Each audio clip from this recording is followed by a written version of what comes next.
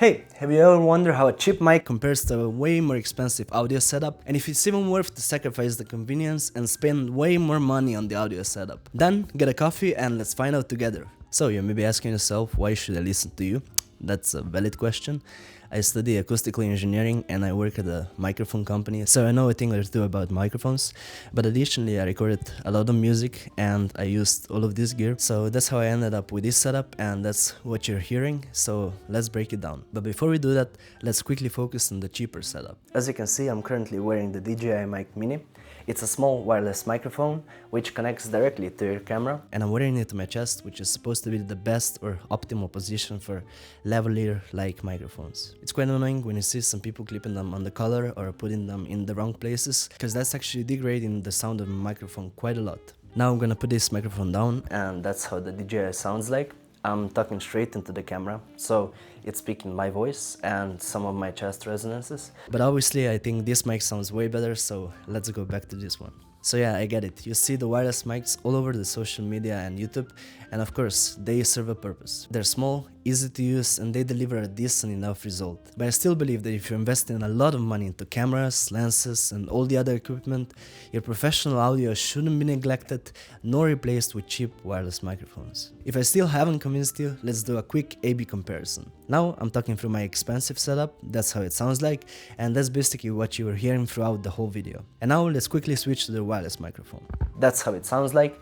1, 2, 3, 4, 5. I'm talking to the camera. Okay, look, I know some people are gonna get mad in the comment section and really praise the convenience of wireless microphones. That's fair. With that aspect, I completely agree. That's why I bought it, and I still believe that every tool has its own purpose, and I see that people more and more start choosing convenience over the quality. Okay, now that you know where my thoughts are coming from, let's focus on the more expensive setup that I'm using right now. So look, I'm gonna try to keep it as beginner friendly as possible, and I'm gonna tell you just essential things that go into this audio chain, but if you want me to make a very detailed video about it, let me know in the comments below. Okay, so let's start. So as you can see, I have a couple of things on my table and I'm holding the microphone in my hand, which I probably shouldn't be doing. I probably should have used just a mount and let it sit there, but I like the fact that I have it in my hand so I can talk to you and I feel more engaged in the video. So as you can see, I'm using a DJI 2017 microphone, which is a super nice and expensive microphone. I'm fortunate enough to be able to borrow it and test it out for my videos, which is super nice, and yeah, that's why I'm using it. I have also different microphones like SM57, a classic, and a Rode large condenser microphone, which are both great microphones, but I prefer the DJI. Okay, enough of the mic talk right now, let's focus on the preamp. So, as you can see, this is quite an affordable Behringer 2 preamp, and I like it a lot. I think it's a great piece of equipment, especially for the price. What I'm using it for in my chain is for two things. One, provide 48 volts of power to the microphone, and second, to give the gain to the microphone. This preamp also has a lot of other features, but I'm bypassing all of them. I needed to switch the setup. It's so hard to record videos here in Copenhagen. The weather is changing literally every 5 minutes. When I set up the setup, it was raining, now it's absolutely sunny. So let's go back to the preamp. When the signal from the microphone comes to the preamp, it gets amplified and then it gets sent to this red box. I think this is pretty familiar to a lot of you. You see it in a lot of gaming setups as well. This is a Focusrite Scarlett 2i2.